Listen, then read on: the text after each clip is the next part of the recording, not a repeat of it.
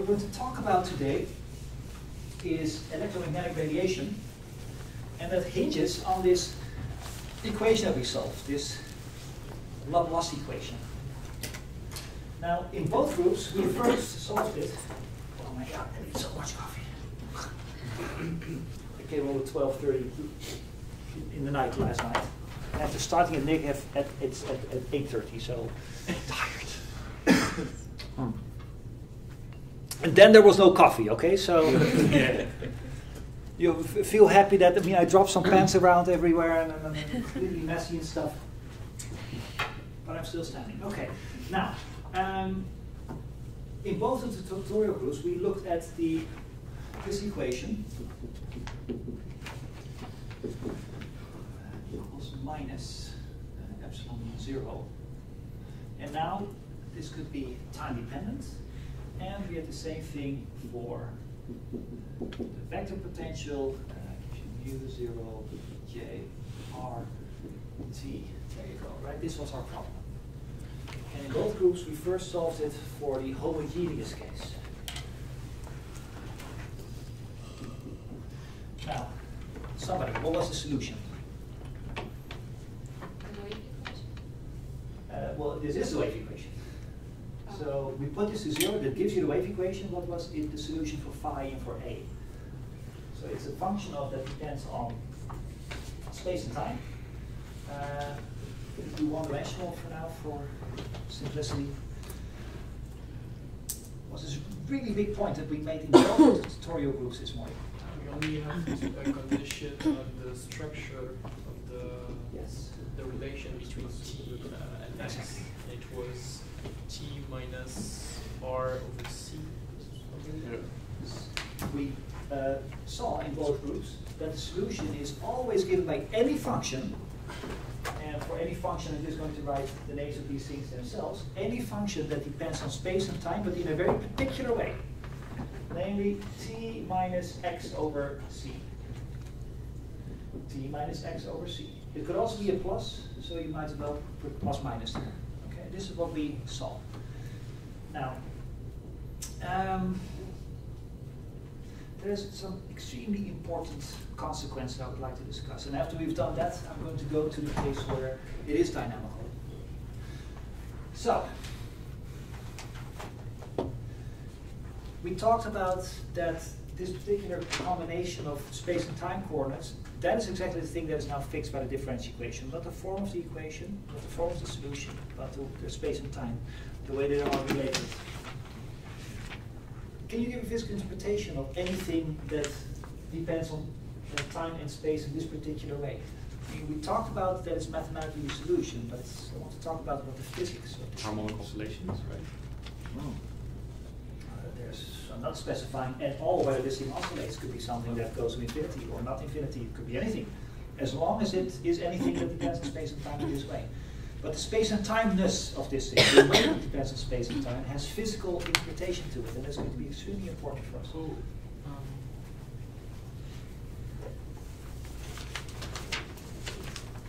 So that at any given time can have cannot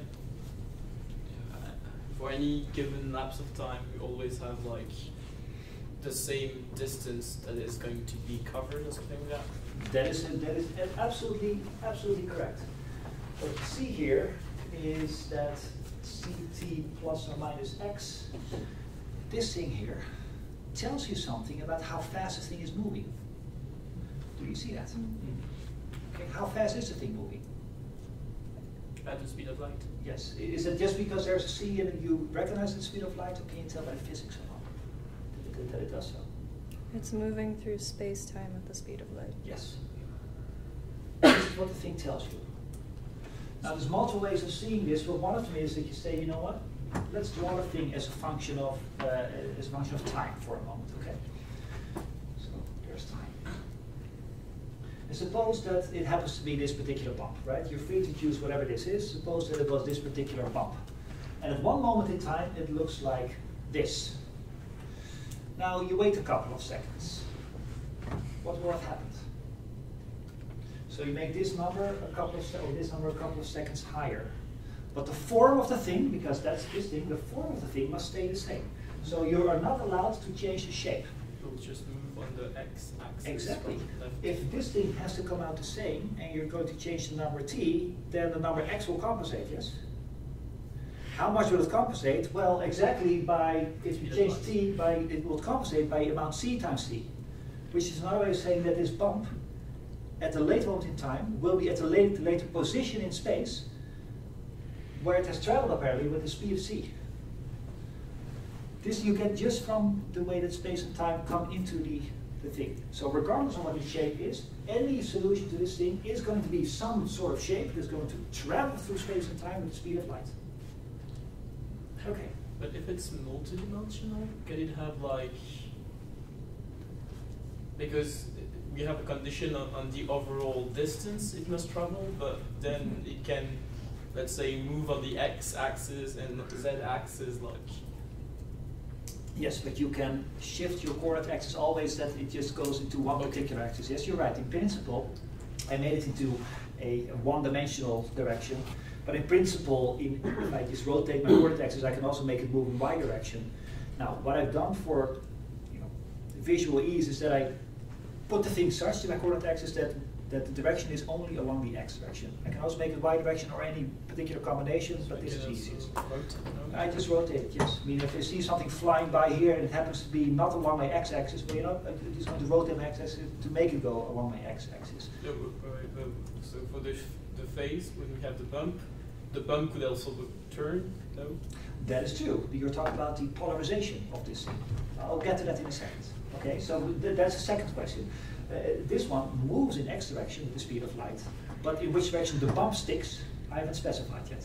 Okay, so very big conclusion.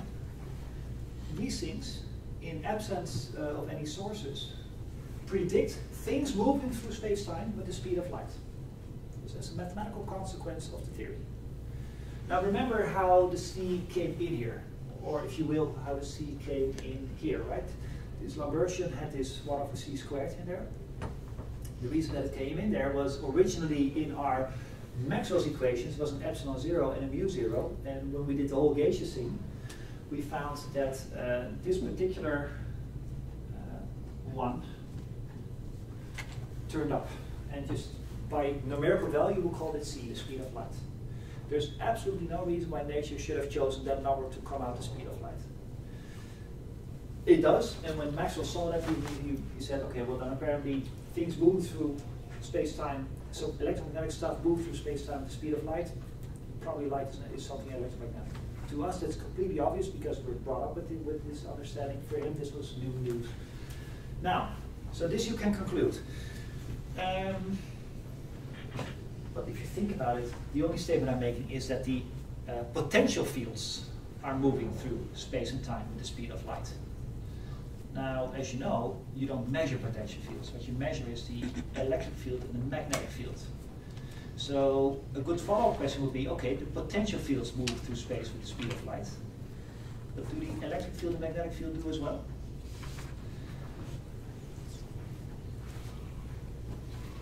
So here's my conclusion for now. My potentials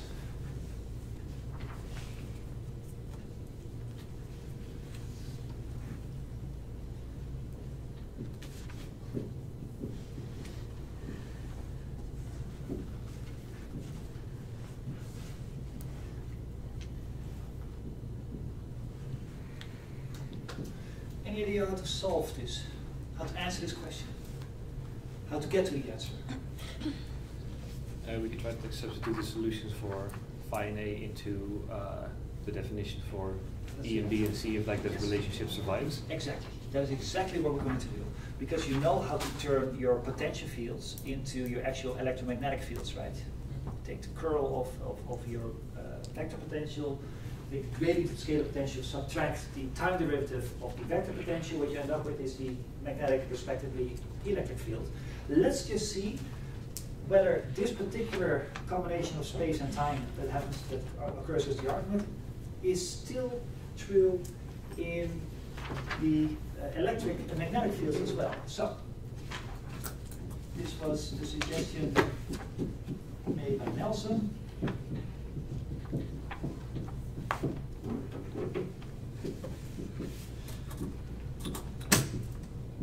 If you know that phi and A depend on space and time in this way, will E and B also depend on space and time in this way? That's the question here.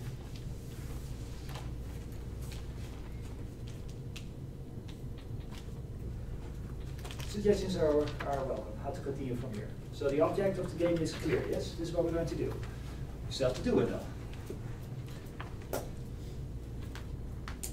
Maybe we can try with the B first, since we only have like a vector that will be perpendicular, and probably be easier.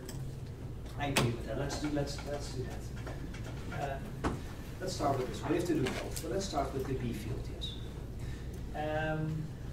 We talked about this a second ago. We rotate our coordinate axis such that the fields move along the x direction. Okay, feel free to do it in the y direction or z direction, some particular combination. You're going to make your life more difficult mathematically. Take the freedom to rotate your axis along the x.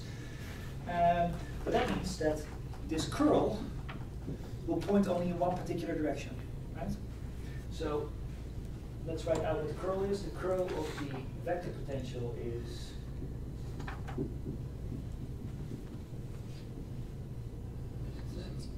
x, x, z, and finally the x, thank you, y minus dy, ax. Now, again, it shows our coordinate system that it moves along the x-axis. So, you tell me, what direction do things point? There are a couple of things going to drop out here.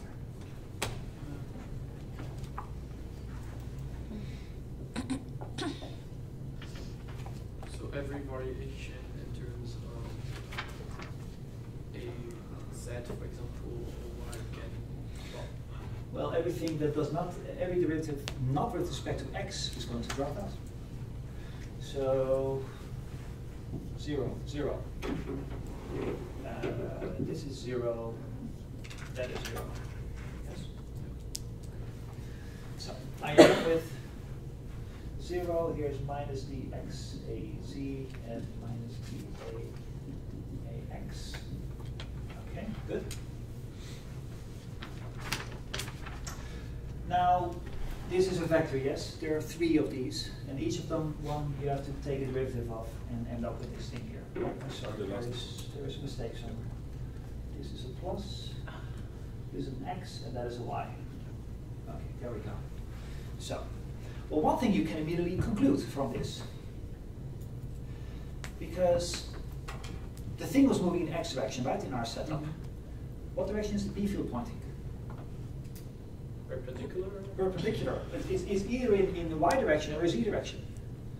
Now, there's a name for this in vibrations and waves. Transverse. It's a transverse wave. So what we have here is, by this step, we find that the magnetic field doesn't just move in x direction with the speed of light, but if it moves in x direction with the speed of light, its bump must be in y or in z direction. It's a transverse thing. Yes? Didn't we only consider AX? Did we? That's what I thought the assumption that No, we no.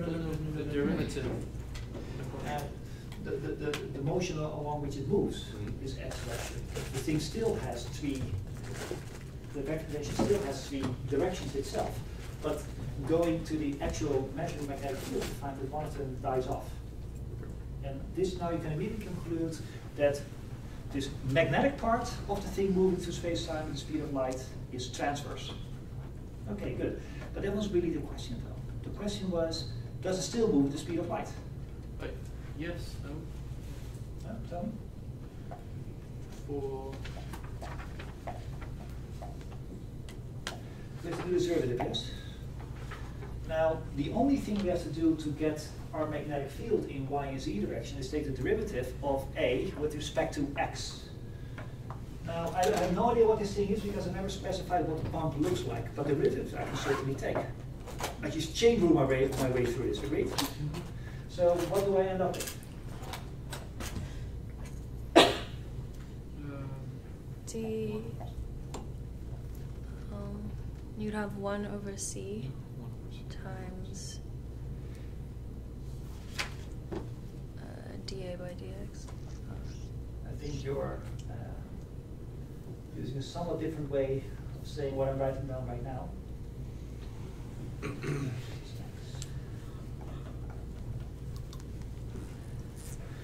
This is just my chain rule, yes. Yeah. And I still have no idea what AZ is. I'm just saying it's AZ, and I might as well call this whole thing, I call U. Yeah. I think the science that you did this morning as well, I think, right? You also called it U, yes. Now, what is du dx? What is that number? By the chain rule. 1 over c. So this is going to give you 1 over c. Well, there's a plus minus issue here. Yeah. Sure. But it will give you 1 over c plus minus, but this minus gives you minus plus. 1 over c du az. Will this derivative taking, the derivative of this thing, excuse me, this with respect to whatever is inside, will it change the u itself? No.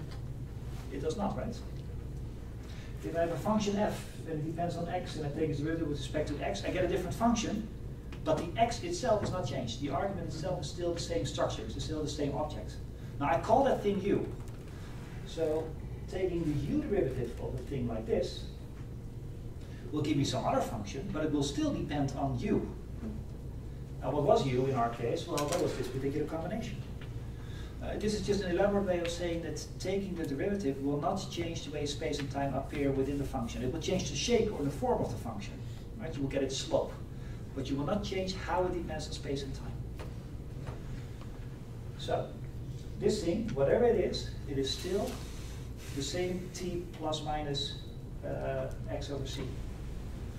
And the same thing here, of course, with the other one. So if you take this derivative,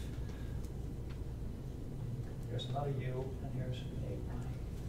There you go. Long story short, your magnetic fields as well will also travel through space-time with the speed of light. And we've learned something new, they're transverse. But can't we say that since they are going to be constructed from the direction that that it will travel through? So for each time we travel, it's just like gonna follow it like exactly the thing. Like if we can prove on the x-axis, and then we say that it will just follow but transversely. Yes. The thing, so it will follow the construction exactly the same, just perpendicular. No? So it must follow the same rule. I don't understand the case you're making. The thing is like to construct. Let me start at the end. What is your conclusion? I don't understand the conclusion. For me, since the beginning, since we construct a perpendicular vector through already the first conclusion that we have in the relation, it automatically should have the same shape, no? So because along the x-axis, we know that it moves at the speed of light with this structure. Yes. So since for each point of this along this x-axis, this is only from those points that we construct the perpendicular one, we should automatically have the same structure now. By structure you mean the way that it depends on space and yeah. time? Because if I'm just taking like the points here along the x-axis and I just wait a certain amount of time, sure, it will be the same point, but the structure will be exactly the same from here to here. Like the way, never mind, sorry, I've been struggling understanding the I'm not sure of how to explain it. Try me in the break, if you will, because there might be something there. It's just I'm not parsing the words right, I think. But let's talk about it in the break. I really don't want to hear what's going on there. Yes? Can I ask a question? How does that conclude that B moves with the speed of light? Because we just concluded that taking the derivative with respect to u will give you another function that depends on u. Yes. And u we had defined as t plus or minus x thing, and any function that has this particular way moves with the speed of light. Yeah. So the whole point here is the shape of the thing might have changed. It might be a different kind of bump. It might not look like this anymore. But the new bump that you get is still has as its argument u, which is enough to conclude that it moves with the speed of light. Okay. So, I yes. still don't get why the B is transverse.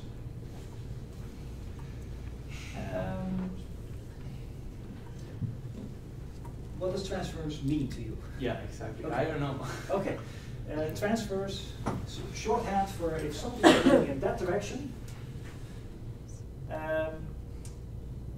but it has a particular shape, then the shape must be not in this direction, must be perpendicular to the direction of motion. Now, since we say here, we start with the situation that the thing, this bumpiness, is moving in x direction, but we find that in x direction it does not have any shape. Okay. All its shapiness is in y and z. Okay. That's by definition what we call transverse.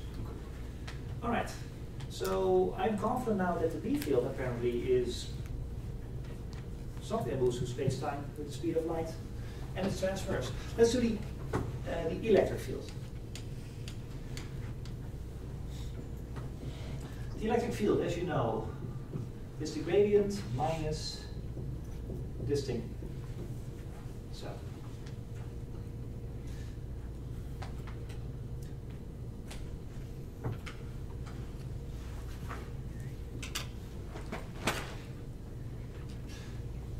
What direction will my electric field point?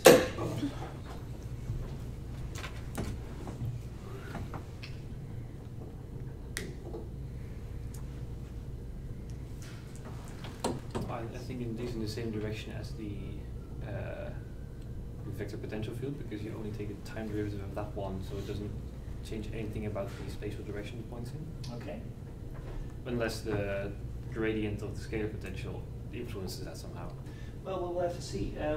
This thing by definition means take its x derivative, its y derivative, and its z derivative, right? Now, which of these survives? X. Only the x one, right? So this will give you minus dx, whatever the thing is, 0, 0. Yeah, no, it still has to take time derivative there. Now, the time derivative of this thing, okay, well, gives you something. It gives you dt of a, ax gives you dt of ay, and it also gives you dt of dz. You agree with this part? Okay. Now, one of the exercises. Sorry, why are there no y and z components to the gradient of the scalar potential? There's only It only depends on x. It only depends on x, right? It only moves in x Yeah. direction. So spatially, it has only an x dependence. So it's y and z, Oh, it's yeah. going to be 0. Yeah. Now, one of the exercises for you to show is that these two cancel each other out. You can already see why that happens. Now, if that is the case, you only end up with this part. Conclusion. You'll get something that is 0 here. It has a minus t derivative of y and minus t derivative of z. So the electric field that you get out will point only in y and a z direction. Rodrigo, there's a name for these things that point out in different directions than they are moving. Okay, transfer. This is transverse as well. Okay, good.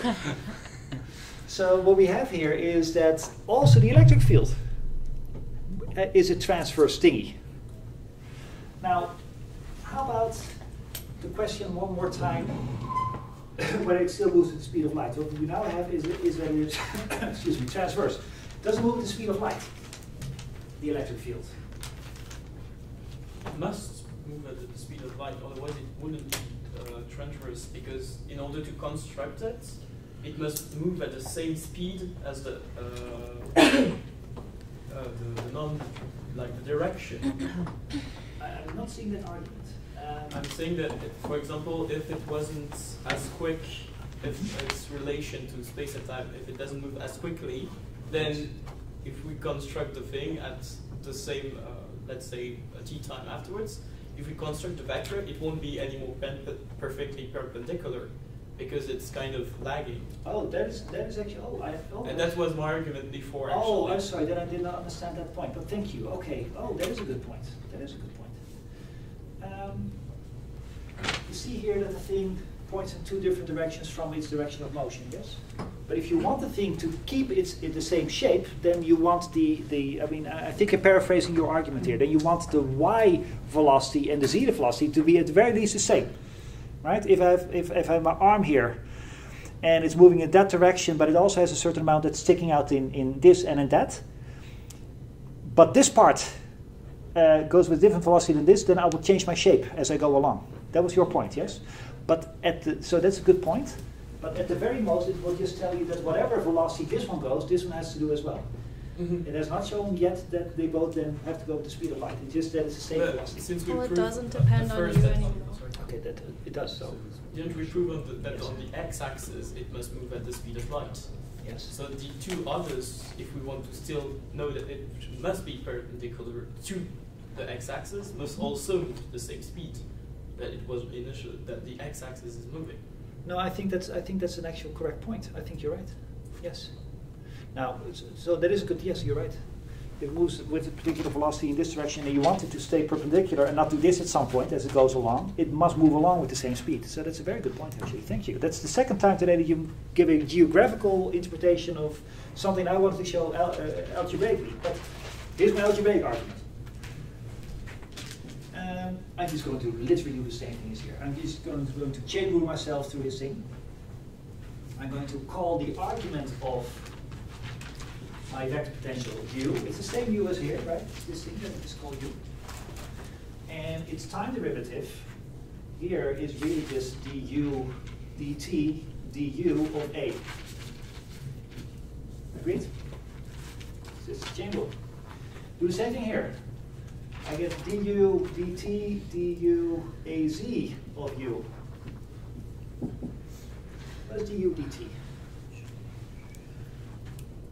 X over Z. 1 plus X over Z. That's 1. So Oh, I yeah, end up sorry, with sorry. this du az of u. I end up with this story. And then we are in the same situation as before, that a derivative with respect to u cannot change the u itself. It can only change the shape of the function of which u is an argument. And how, if we would like to change u, like how would, through which kind of operation would you? That's a good question. So suppose that you do want to change whatever happens inside the structure between space and time. How would you change that? What operation? Well, a derivative will not do it for you, right? Mm-hmm. That part is certain. Yeah, that's a good question. You all see the question? Is there any operation you can do to make sure that space and time are related in a different way than they are now? Certainly derivatives do not do it. Yeah, no, I can think of many of them actually. I could, for instance, do the following. Suppose I have an operation, and you know what? I'm going to call it the g operation. Okay? And you take the g operation of a function. So you can put the function x and y in. Here's the g operation. It says. There you go. You end up with something else that is still dependent on y or on x, but its y dependence is completely different than it was before. So this one would work. Now, so what I'm saying here, it's certainly not trivial that if you have a scalar potential or a vector potential and you do something to it, that the magnetic field and electric field that you end up with still go with the speed of light. There are operations that would not have done it. In this case, derivatives do it.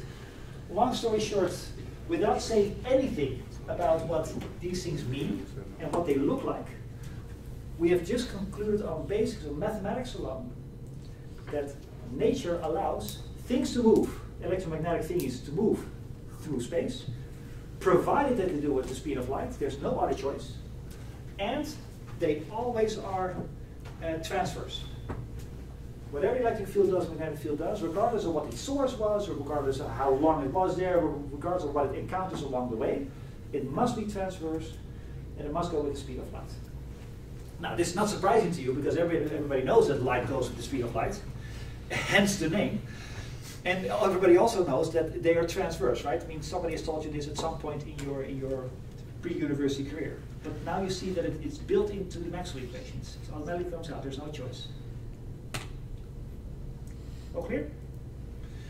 Now let's make it a little bit more specific. We saw that it could be anything, these two. Well, let's give it a particular interpretation. Let's choose a particular phi in A. So let's take a sine.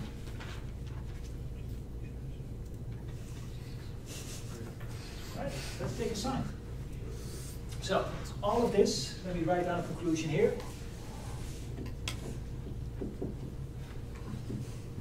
Electromagnetism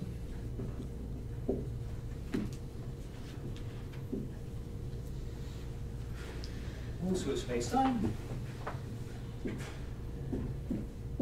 and must do so with the speed of light. Now, regardless, let me put that there as well, regardless of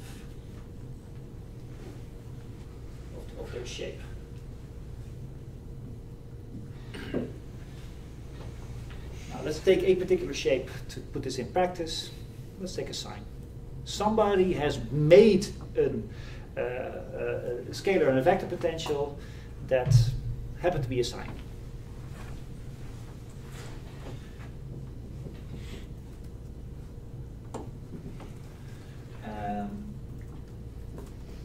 So sine. Can somebody tell me what the argument should be? T plus minus. Something like this, right? Okay.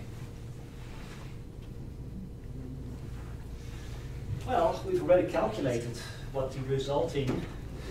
Let's take it on as well. Let's make this a cosine. Right.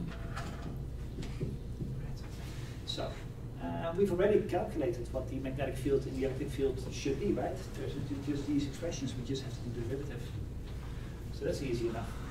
So, from these, let's calculate the, let's start with the magnetic field. You tell me, what is the magnetic field?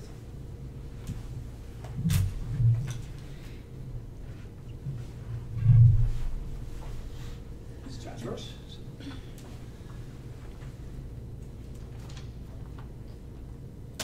A should be a vector. Okay, A should be a vector there. It's Yeah. currently just a scalar. Yeah, you're right. That's true. Okay.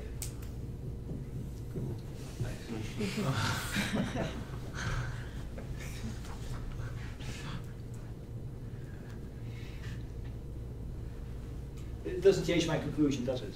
I mean, this was true regardless of what the vector was. It just used its argument. So we just have to plug in the value that we have here. So when we see du is d of ct plus minus x in respect of cos z ct. Agree? Okay. That's just this one, isn't it? So cosine gives you a minus. Oh, wait a minute. There's a plus minus. The cosine derivative gives you another minus, so this will become plus minus again. How about the other one? Should be exactly the same. Yes.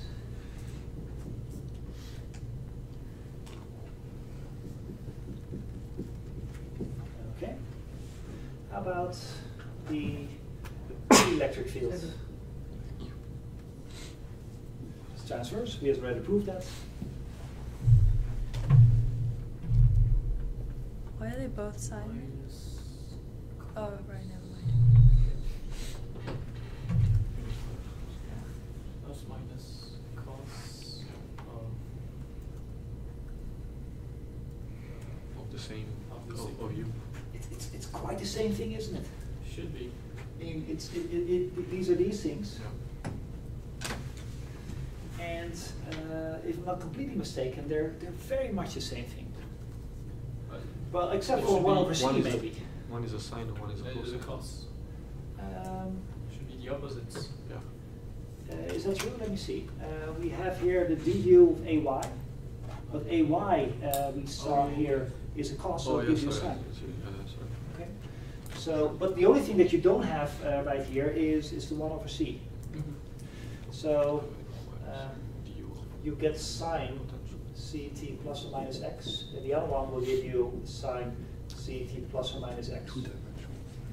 Might be minus here, sine. I'm skipping here. That's not too important right now. Let's draw this for a moment. Okay. So this is one particular example. Okay. Now,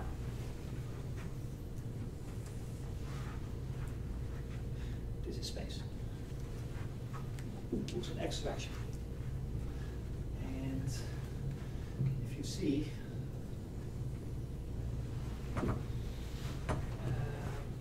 so easy. Okay. Well, we're a little bit too much. Let's focus for a moment on only the AZ part. I will tell you why. But for now, I'm going to put the AY to 0. Let's say I started with a physical vector potential that only points in the z direction. I will tell you why in a moment. So I'm going to put the AY to 0. Yes. And that means that my magnetic field here will only point in y direction. Yes. So let's call this the y direction. Then what I have here is my magnetic field. Yes. Here's my z direction. Magnetic or electric field, no? This is magnetic. So this here is my magnetic field. Okay. Okay. Now I put my my AY to 0 for my example here. Let's see what happens here. If I put this to 0, then I find that AY is 0. That this is in z direction. Yeah. So it's hard to draw three-dimensionally. But the electric and magnetic field point, they're both transverse, but they're perpendicular with respect to each other. Okay? Now the reason that I decided for visual purposes to remove this one for now is that if I left this one in, I would have, in addition to a magnetic field sticking outward, I would have also had one sticking in the z direction, and it would have been a little difficult to draw both an E and a B field in both directions. So for demonstration purposes, I decided, you know what, let's forget about this one for a while. The big point here is, we have another conclusion here. Things do not only move in x direction with the speed of light. It's transverse. And the two components, the electric field and magnetic field, are themselves perpendicular. Always. Now, I might have done this for this particular case of the sine and the cosine. But can you see from our general expression here and our general expression here that this is true for every shape? Yeah. Because we just switched the term. Yes. What is a derivative of AZ here ends up here, one lower, they switch places. And this conclusion is true regardless of what its original shape was. So yet again, a very important conclusion just based on the solution to this equation. So can you see how much information is in this Laplacian equation, even if you're not specifying what it is, what made the shape, what the shape looks like? We've now concluded for all cases, all of this, plus additional conclusion,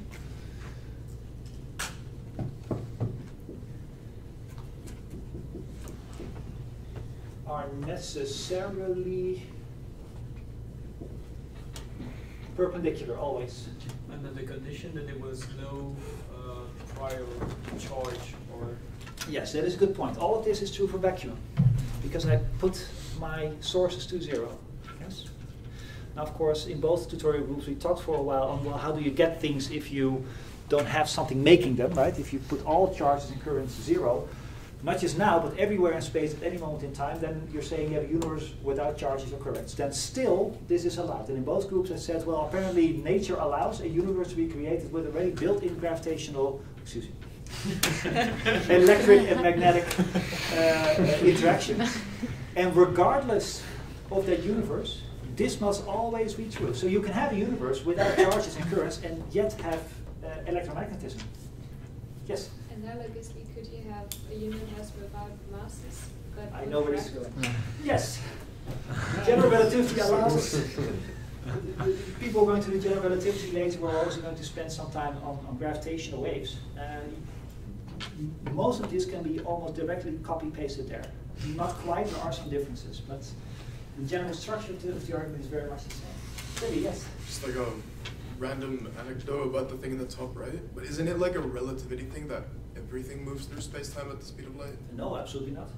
With the like line element and the graph and... No, I know, yes, I agree, but in relativity you also can also show that if something has mass, then it cannot move at the speed of light. Oh yeah, true. If it was massless. So It cannot move through space at the speed of light, but Yeah. it can move through space and time at the speed No, of light. that's quite the same thing. In relativity, special and or general relativity, you don't have a thing called space, and independently of that you have time. If something moves through space, it also moves through time. And a very particular combination that we call the Minkowski line element. Yeah, but when we did it with Chris, we proved it somehow. We took like the magnitude of the 4 vector, and it turned out to always And magnitude of 4 velocity. of the 4 velocity, and it turned Yeah, out that's to equal always to minus c squared. of That's anything, regardless of its mass. Exactly. That is true, but that's not the same statement as saying that everything must move through with the speed of light. Then what does that show? It shows that there is something in the universe that moves at the speed of light. You see, your argument, right, that I don't know how you wrote it down, but I would write it something like this. Not like that, but yeah. That is a statement. Yeah. That's the same thing as saying dx squared dt, plus dt d tau squared. Here should be tau. Here is a 1 over c squared. The plus equals minus c squared. That was Chris's statement, I'm sure. Always left on mathematics. Sorry?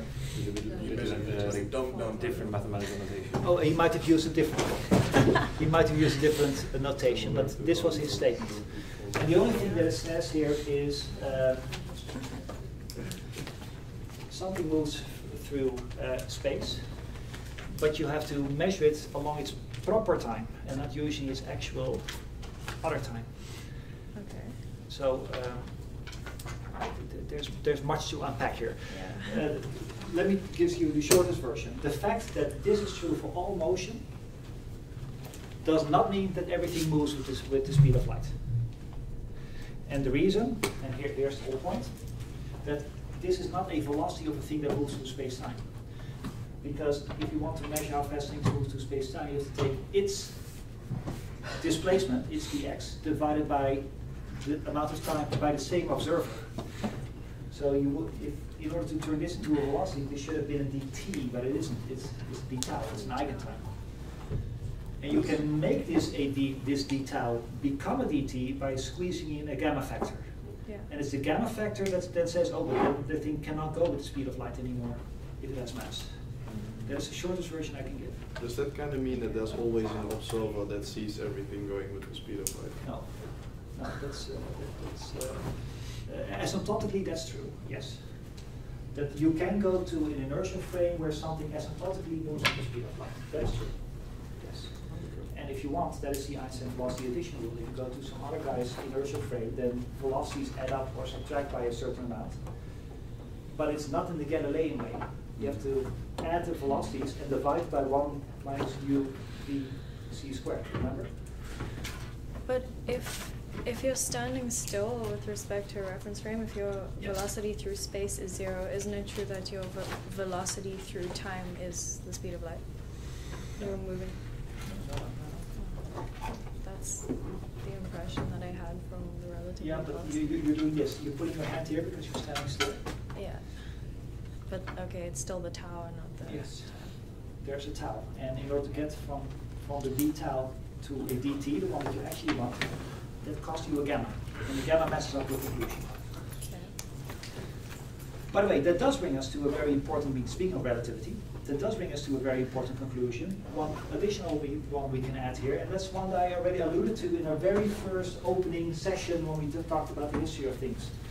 Do you remember that I mentioned to you that Einstein came to his special relativity not by people measuring the speed of light and microscopic interferometers, but he did so by electrodynamics. Do you remember the main argument here? Thank you. Do you remember the main argument that he found from electrodynamics that things move through space-time with the speed of light, in this case electromagnetism, regardless of how fast the observer himself is moving? That's what we have on the board right now. Because this conclusion that we drew here, that things move at the speed of light, hasn't taken in from me how fast I, as an observer, was watching the thing. This conclusion is true regardless in what inertial frame you are. Usually, if you calculate something's velocity, you have to, at the very least, introduce coordinate system with respect to which you are measuring velocities. Now, here we can draw all these conclusions about the speed of light and such without having to say which coordinate system we are observing from. Now, Einstein certainly was not the first one who concluded that this is true regardless of inertial frame, but he was the first person to come to the right, what we now know is the right inference from it. Maxwell and people in these days concluded from this, well, this is all true, speed of light, but because not everybody can see the same thing move with the same velocity if they themselves are moving with relative velocity. Right? If I look at a car moving by, and I ask my homeboy also to look at the same car, but he and I are moving with respect to each other, we should measure the different amount of velocity for the car, yes? The fact that that doesn't happen according to all of this that we are seeing here, led Maxwell and electrodynamicists in those days conclude, well, then apparently these equations, these starting equations, only hold from this one particular inertial frame. There's one frame in which this holds, and the other ones have to play around with their velocities to make it fit. So the conclusion that they drew is very different than what we do now. They said, these two rules are only true in one particular inertial frame. Nobody knew which of all the 5 million inertial frames that one was. That was something that people then tried to measure. Let's find the inertial frame in which Maxwell's equations hold.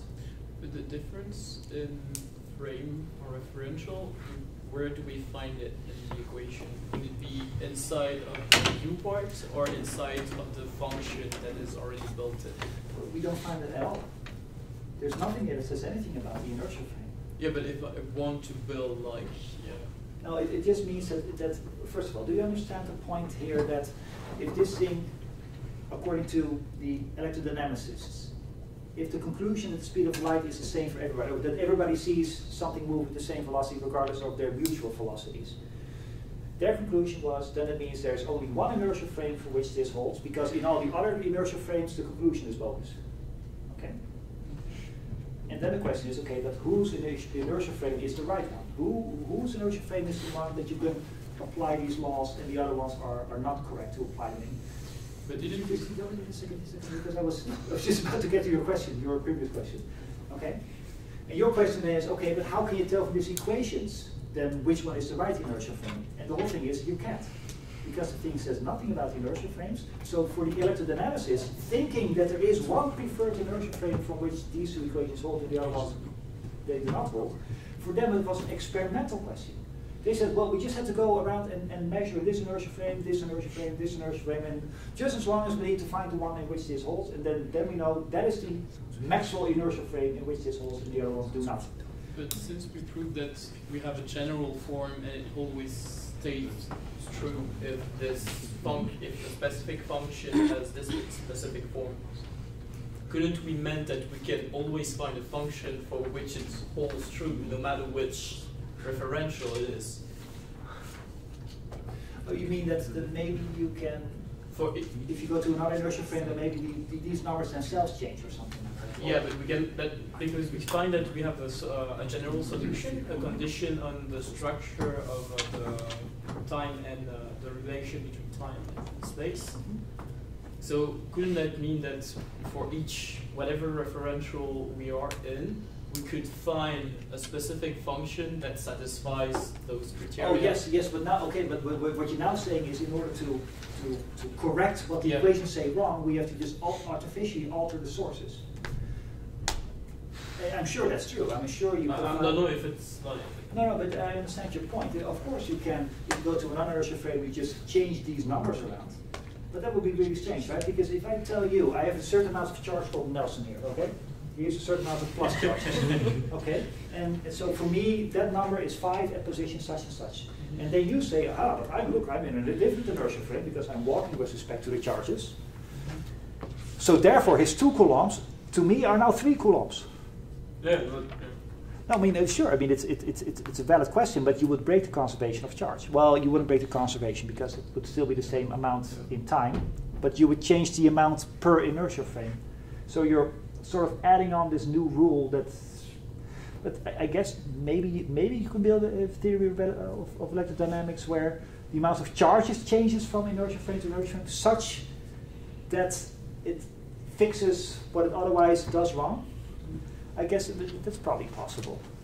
Now, we're going to have a break in a moment, but just to wrap this part up. This is, of course, exactly where Einstein did the opposite, yes? He said, no, let's take this seriously. Let's just say every single inertial frame is a correct frame to do Maxwell's equations in. But then you have to accept that apparently the speed of light has to be the same number in all inertial frames. And then all of the relativity came out, right? Because that part you know, that if speed of light has to be the same for all, then the amount of time and the amount of space has to adapt. So this is the starting point of special relativity, and it all comes from these equations. Right. So that's a fulfilled promise. I promise I will show you where that came from. Here you are. Okay, guys, let's have a break. After the break, I'm going to put these things in. See what happens then.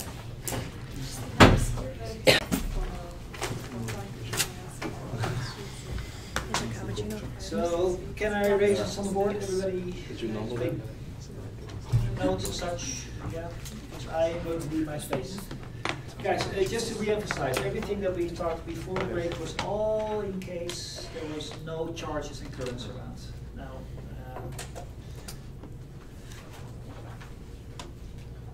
there we go. Hi. So all of this is all true in case there's no charges and currents around. So there's 2 possibilities. One of them we sort of entertained, namely that the universe came with built-in electromagnetism just floats through space with the speed of light, without any sources. Nothing has actually produced it. One other option is that it is, of course, produced somewhere at some point in time, but that either happened a long time ago or it happened far away. Now, your sources, in our sense, there's infinite wires and such, but typically there will be some protons or an atom or something like that, or I don't know, a little piece of magnet somewhere. And certainly, if you're going to be far away from any actual physical reason that an electromagnetic field exists, then the source very far away will still go to 0, yes? Now, I'm not making the statement that the field itself, the resulting electromagnetic field, will go to 0. I'm just saying that if you're far away from this block of charge that I call Nelson, and far away, then in my immediate vicinity, I might as well put my Nelson per unit volume to 0. Okay? And aside from that, you can wonder what happens to the fields. Do they go to 0 as well at infinity? Sure. But the point that I'm trying to make here is that all of this is true for a universe that has built-in amount of electromagnetism, but it is also true approximately if you're far away from the thing that has produced your electromagnetic fields. So don't see everything that we concluded here as just some, a nice hypothetical that never is actually happening because we do have charges. It's still approximately true far away from whatever produced charges. Now, here's the bigger question. What are we going to do when these are around? Now, some people I know have been trying to solve this particular equation in case that there is a source. Has anyone succeeded? Could also be looking up. Has anyone found a general solution if this is not 0? Because you were saying that you went into you found Green's functions and everything became very complicated. It was a horrible mess. Those poor Green's functions. Okay. Green functions are fun. It is really a standard toolbox in theoretical physics, Green's functions, but when you're used to them, they're not that horrible anymore. To me, it looked like a horrible mess. Let me say something about Green's functions, because this is also something you will probably encounter if you're going to stay in theoretical physics, maybe you want to go do a master in gravitational physics at some institute in the near vicinity, then you're going to encounter these things a lot, because there is a very good thing about Green's functions. Now, I'm not going to tell you how you get there. I'm just going to tell you what the methodology is, so you know this if you encounter it in some other things. So just as a little side note, suppose that you have a differential equation. Now, differential equation typically means you have a function that you don't know, you take a couple of derivatives, you add something, you subtract something, maybe you take a logarithm of the thing, and whatever you've done with all these derivatives, you set equal to something. Yes? Now, suppose that my function that I don't know is subject to some operator. Now, this is a very abstract way of saying this L, this curly L, will turn my x thing into some differential thing. It could be two derivatives, it could be derivative, and of the derivative you take the tangent. It could be as complicated as you want, but a differential equation can be written as such. And then x is the function that we actually want to find. Yes, this is the one that is unknown and that you want to find. Again, the curly L could be whatever turns your unknown x into derivatives plus or minus and a tangent, makes it into this big equation, and you set the thing equal to 0. This is the most general I can write down what a differential equation would look like. Particular example, suppose that L happens to be d dt. Okay, then by this I would mean that the L of xt would be a derivative of my unknown function t equals 0. Solution, x is constant. Okay? Now, could also be something more difficult. Maybe this is taking two derivatives and subtract from the thing this. Maybe this is the one. Let's make it a plus. Then, applying this to that would give you two derivatives. So applying this L on this x will give you two derivatives with respect to time plus omega squared of the thing itself equals 0, harmonic oscillator, solution, sines and cosines. Okay, clear enough.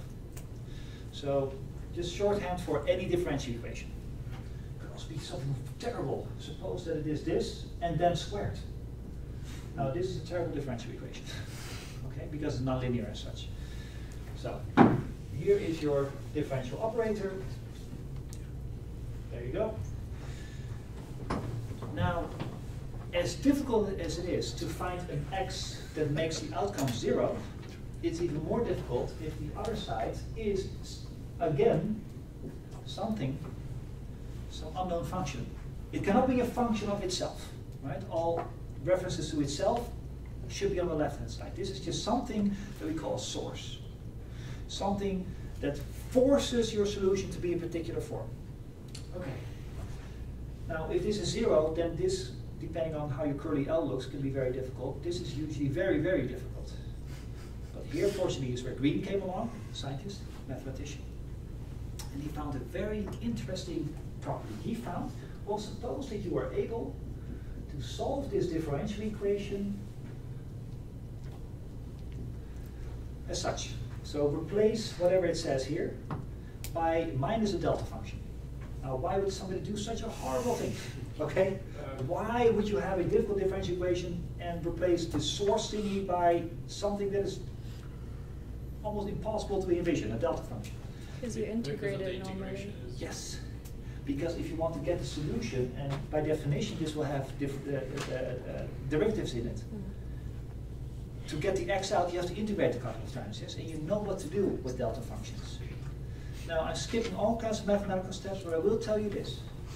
If you can solve this differential equation, where this source is replaced by a delta function, you will end up with an xt that we call the Green's function.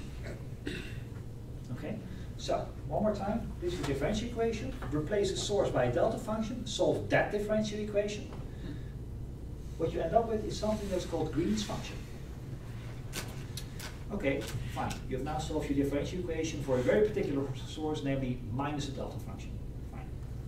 But really, this solution was not what we were looking for. We were looking for the one that gives you any source, right? Here's the beauty of Green's theorem. Green, the mathematician, showed that if you know the Green's function, then you can go back to your original differential equation, and its solution, so the one that has the f here, is going to be this Green's function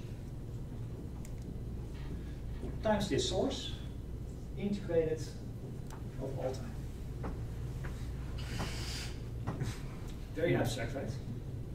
So you've replaced a difficult problem by an even more difficult problem. You've replaced it by a delta function to give you a Green's function, and then you still have to integrate the Green's function. What's the point here? Does it come from calculus or from? Yes, this is highly calculus, yes. It comes from a part of calculus called Green's theorem, not to be confused with Green's functions. Green's functions follow from Green's theorem. You can look it up if you want. Now, here's the reason why this, despite the abstractness, why this is good. Note that the Green's function, this thing here, is independent of this particular source, right? It's by definition the solution to this differential equation when the source is a delta function. That means that the Green's function has nothing to do with this f, it has everything to do with this curly L. Why is that good news? That means that if somebody at some point in history has found the curly L has found the Green's function belonging to a particular curly L, then you can always find a solution for any differential equation that goes with that curly L. If somebody has figured out what the Green's function is belonging to this particular L, then by this step you have the solution to every single time that you try to solve the differential equation. So this is a horrible problem to find the Green's function, because once you have it, there's one particular difficult differential equation that you have to solve. Then by this trick you have solved every single differential equation that contains the same curly L. You've solved one problem, mathematical problem, and by that you have solved all of them. That's what comes out. Now of course, woe the person who has to find this Green's function. So there's tables. You know, throughout the course of history, people have found more and more Green's functions, and that you can literally buy books where, you know, 1,000-page books where you just for all kinds of differential equations tell you, for this differential equation, this is the Green's function. That differential equation, that's the Green's function. Is the classical solution for differential equation come from those like the general form that we are usually given? Do they come from these tables? Yeah. Yes. Yes. Now, there are some Green's functions that are so well known that people know them by heart. Now, fine. We have a situation like this here. If only somebody had solved, we were solving this equation, ft of x, or I call it r, is source t of r, or if you want, this is curly f equals str. If only somebody had solved for this particular curly L what the Green's function is. I'm guessing that happened? Yes. You could have found it yourself, but I'm resonating because Zev said that he encountered something along the lines of Green's functions. So, yeah. I'm a little bit struggling to write it down in full, so let me just immediately write down what the f is that comes out of this, yes? This particular thing, equation, is solved by the following. Yes, this was found using Green's function techniques.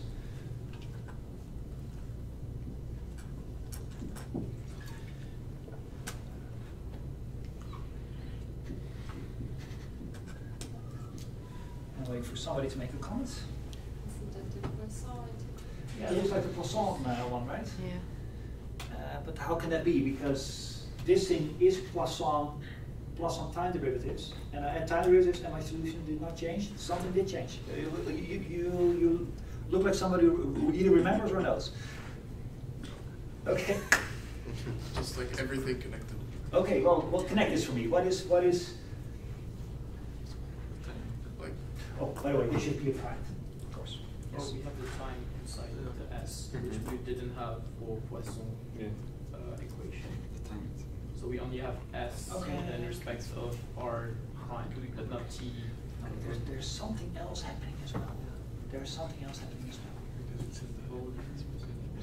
Well, Just leaving you a little bit in the dark here. You have to replace this t by a new t, and I will define it for you. Okay. So it is, yes, it is indeed the exact same shape of solution as you would have in case of the Poisson equation, except that the t in here is now a different t than it was before. This t is called the retarded time. For some reason, people always find that fun.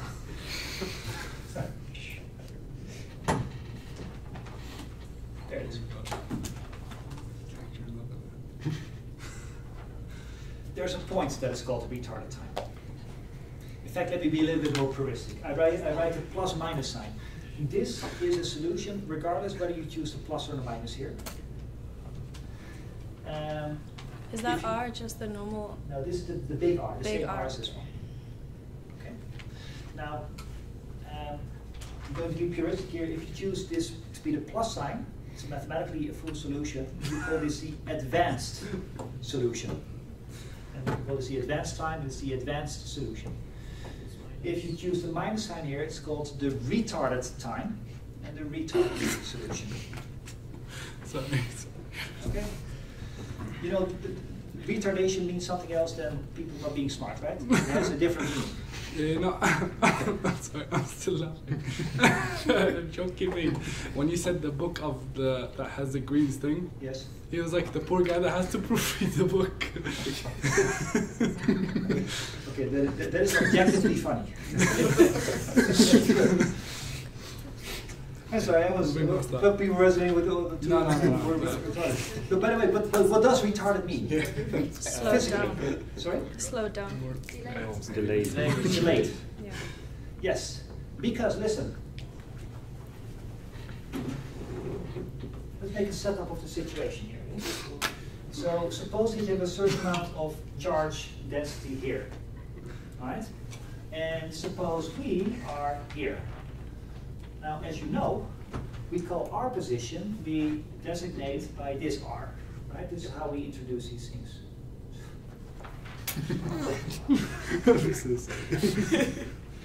And guys, a little piece of extra, or a little piece of charge here, we used to call that R prime. Agreed? And if we want to calculate how much field, could be potential field, could be electric field, could be scalar field, whatever, if we want to calculate how much of this influences this, we have to take this vector. Still agreeing with me so far? Yes? Okay, now here comes the thing. If this is static, all is fine. You can leave out the t part, you get your Poisson equation back. But remember, we're now in an unstatic situation where these charges might float around a little bit. Yes? Now suppose that I want to know right now, at this moment in time, how much electric field I have at this position. Then I need to know how much charge there was at this position. But didn't we just conclude that electric fields go with the speed of light? They take time before they reach you. So doesn't that mean that in order to know how much the electric field at this moment, my moment t0, how much I'm seeing, I don't have to know how much charge there is right now. I need to know how much there was in the past. How much in the past? Well, just the exact amount of time for the electric field to have traveled towards you. So you can understand this from a physics perspective. We saw before that in the intermittent space, where there is no charge, whatever influence here is going to tell me how much electric field there is, that has to go to the speed of light. We proved that before the break. So therefore, naturally, if I want to know how much electric field I have at this moment, I need to know how it was at some earlier moment in time. How much earlier? Well, as much earlier as the electric field took to arrive at my place, going with the speed of light. That's exactly what this thing tells you. It's the retarded time. It's not right now. It's now minus when the information was sent towards me. And of course that goes with that amount of distance from me to you, from this charge to here. And of course it goes with the speed of light. So it makes perfect physical sense. Do you agree with me? Yeah. You don't have this problem in case of statics, because in case of statics, this thing is not moving around anyway. So it doesn't matter if you're going to check right now what the electric field is or in 5 seconds from now. Sure, if I check right now, I get the electric field from 5 seconds ago, but since it hasn't changed in the meantime, it doesn't matter, right? But in case this thing moves about, then for physical reasons you can fully understand it must be something like this. Now, then the poor green guy, the guy who proved the book, actually went through a calculation and checked that indeed it's not just physically true, this is mathematically true as well. And yes, one of the exercises is going to be, you have the solution now, put it back in, check that it is true using this retarded time. Okay? So you understand, I hope from a physical perspective that it should look like this. Yes? So how do you interpret the positive version of That's a good question. We call this, it's mathematically still true if there was a plus sign. What would that mean? We call this the advanced time. You're checking it in the future. Yeah. Future state of the Maybe if Yes. you have an excitation now, it's going to be defined in time when it's going to arrive at your Yes. position. I hear 3 different formulations of the same physical insight. If I would have chosen the plus sign here, and I would ask my position right now, what is the electric field? It would tell me where the charge will be in the future and send its signal towards me. So the signal should go back in time. Okay? Now you laugh, as in, but of course I don't have, if I want to know what the electric field is at my position right now, of course I need to know where the charges were in the past. I don't need to know where they are going to be in the future, because in the future it's not going to influence me right now. But you're biased, because now you're assuming that causality exists in nature, that things now can only depend on what happened before. And yes, that's good bias, because as far as we know, all of physics agrees with this. But mathematically speaking, there's no reason that that should be the case. Mathematically speaking, it could be plus and minus. Now, for causality reasons, that whatever happens now can only depend on what happened in the past, we choose the minus sign. But mathematically speaking, the plus sign works just as well. This is why we call this the advanced time. So in order to know what is happening here now, I need to know what happened in the future. But it also then requires the resulting electric field from the future going backwards in time to arrive at you to tell you what your electric field is. So we discard that option even though it's mathematically allowed. So. Now, an exercise again is take this thing that I've now postulated for you as an answer, put it back in, go through the calculation, see if that works. Okay. Now let's see how we are on time. We have about 12 minutes left. I was planning to start with a small bit of relativity, but I feel that I should maybe save this for next time. 12 minutes might be a little bit too short for this.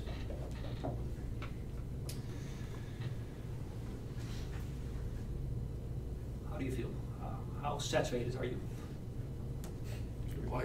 Depends what Quite you're saturated. yeah. Oh, I wonder I'm going to tell Yeah, you me too. relativity, what you've all seen before. Is just I'm going to introduce a new notation because things are going to be a big pain from No, it's the same physics. It's just the notation. You really want a different notation starting from now. I don't think I'm ready for a big thing. Okay, then. Like the green guy. No, well, Yeah. in all seriousness, then I think that we shouldn't start this. What I want to do with you is go back to the Minkowski line element and just rewrite it in terms of a different notation. And the notation is going to be highly advantageous at the moment that you're going to relativity in electrodynamics in terms of relativity. Okay, then I'll just open the floor for any remaining questions. Are we all clear on this? Does it make physical sense to you? Okay, good. Yes? I have a question from Green's function. Yes. So the proof comes from mathematics alone. So what is the value of R and C in, like, if you're talking about only mathematics? So T is just another variable and Yes. R is just a random variable. It doesn't represent time or space. No. How does that come along?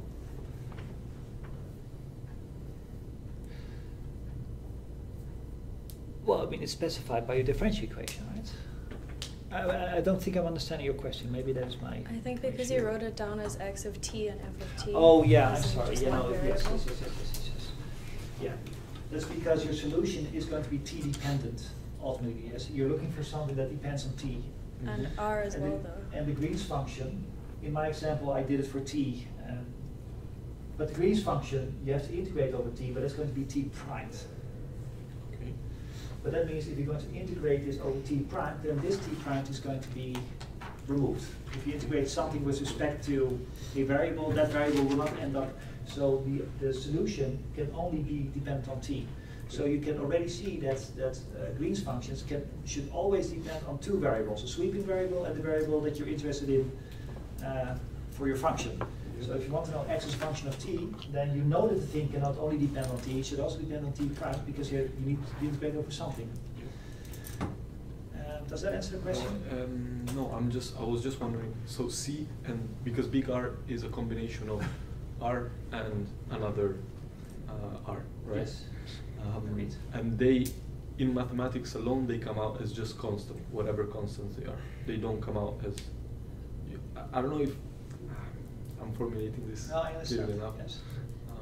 Yeah. How do they come out from the mathematics alone? That's just my. They just come out as constants and that's it. Yeah. Okay. They do. Yeah. That's the shortest answer. But if you're talking about for the R Laplacian, Yes. f is a function of t and r. So if you put Yes. that into the curly L, you don't just have x of t, you have x of t and r. Yes. So Right. when you get your integral, well, when you find your Green's function, would it be g of t, r, and t prime? Yes. And r prime? Yes. This is the So- reason why at this point when I wanted to write down the Green's function, I decided against it, because the Green's function is very complicated, because for your reason it will not just depend on t, it will also depend on r. Would there be an r prime as well? Yes, so you have to Okay. do two integrations Yeah. here to get rid of both of them. Yeah. Okay, so I decided against it, and I think this is what you might have run into when you were looking for a solution to this thing. That the reason why the Green's function is so difficult is because our curly L here contains derivatives with respect to multiple variables, and that makes the Green's function more complicated. Yes. To add a little bit to this, we have our solution now here.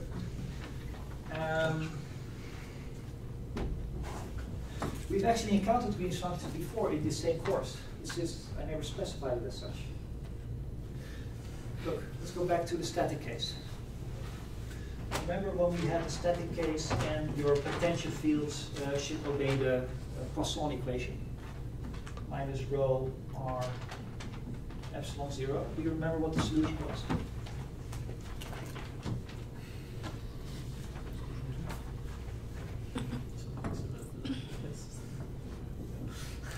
Was Poisson?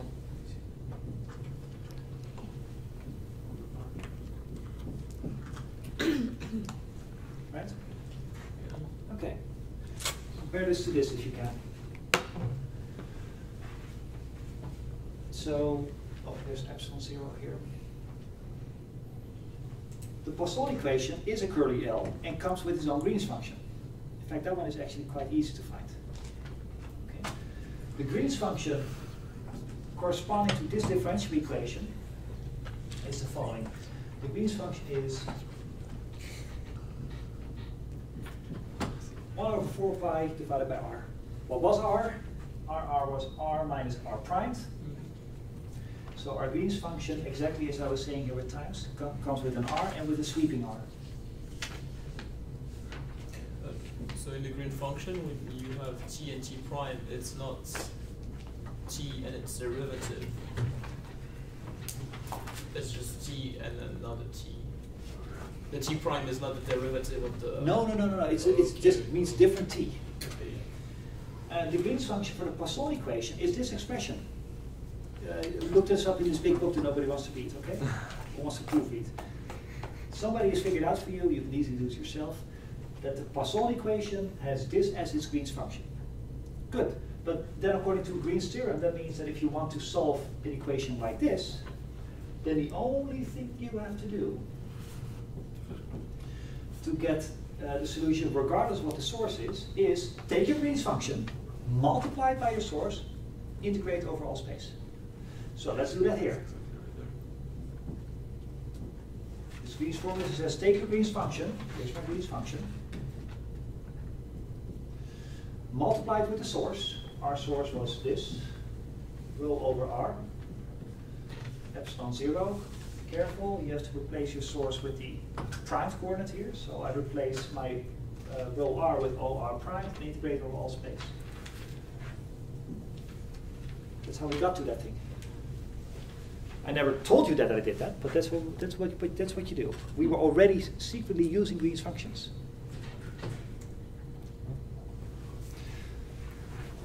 Here's a nice one to remember.